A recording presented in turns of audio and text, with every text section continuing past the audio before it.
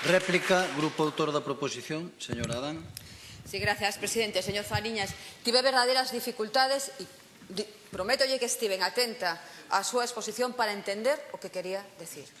De verdade, verdadeiras dificultades, porque claro, é bastante complexo explicar, porque aquí hoxe vostedes non van a apoiar unha iniciativa que o que quere definir é, na propia normativa galega, que unha persoa consumidora vulnerable para poder establecer medidas para erradicar a pobreza enerxética. E nos ven aquí e nos di, bueno, que queren chegar a algo parecido. Hombre, non, o consenso ou non consenso. O sea, isto é algo parecido a un debate completamente casi de besugos, porque vostede está aí, está de acordo con os valores positivos da iniciativa, pero non está disposto ni tan siquiera a presentar unha enmenda con cales son as propostas do Partido Popular de Galicia para definir persoa vulnerable, que ni tan siquiera presentou unha emenda. O sea, vostede non quería chegar a nada parecido, nin quería, dende logo, valorar positivamente esta iniciativa. E non me diga que nadie sabe que pensar, non hai iniciativas, non temos... Bueno, eu teño aquí a proposta, dende logo, da Comunidade Autónoma de Cataluña, na cal se define no seu propio Código de Consumo que consideran persoa consumidora vulnerable. É diferente a que nos presentamos, non sei, sí, pois podemos chegar a un acordo de cales son, efectivamente, as condicións que deben cumprir esas persoas.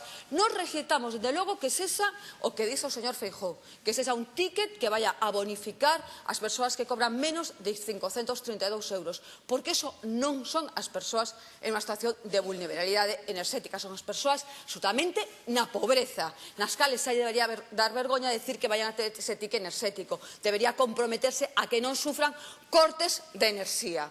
A que non sufran cortes de enerxía. Por iso, señor Fariñas, nos aceptamos a emenda da Alternativa Galega de Esquerdas como adición, pero pedimos a votación separada, porque queremos que se quede aquí claro que o Partido Popular non está ni tan siquiera disposto a introducir o concepto de persoa consumidora vulnerable na propia lei de consumo que se aprobou na anterior legislatura. Ni tan siquiera é capaz de definir que son as persoas que están sufrindo non poder facer fronte ao pago da enerxía eléctrica e do gas. Nun país que, volvo a repetir, ten os seus vales asolagados. Nun país que está surcado de liñas de alta tensión, cos seus montes cheos de muiños de vento, e que non é capaz siquera o Partido Popular de chegar a un acordo para definir persoa vulnerable enerxética. Xa non digamos para facer medidas reais contra a pobreza enerxética. Francamente, os 15 minutos ese que sempre nos regala Feijóo dos País das Maravillas,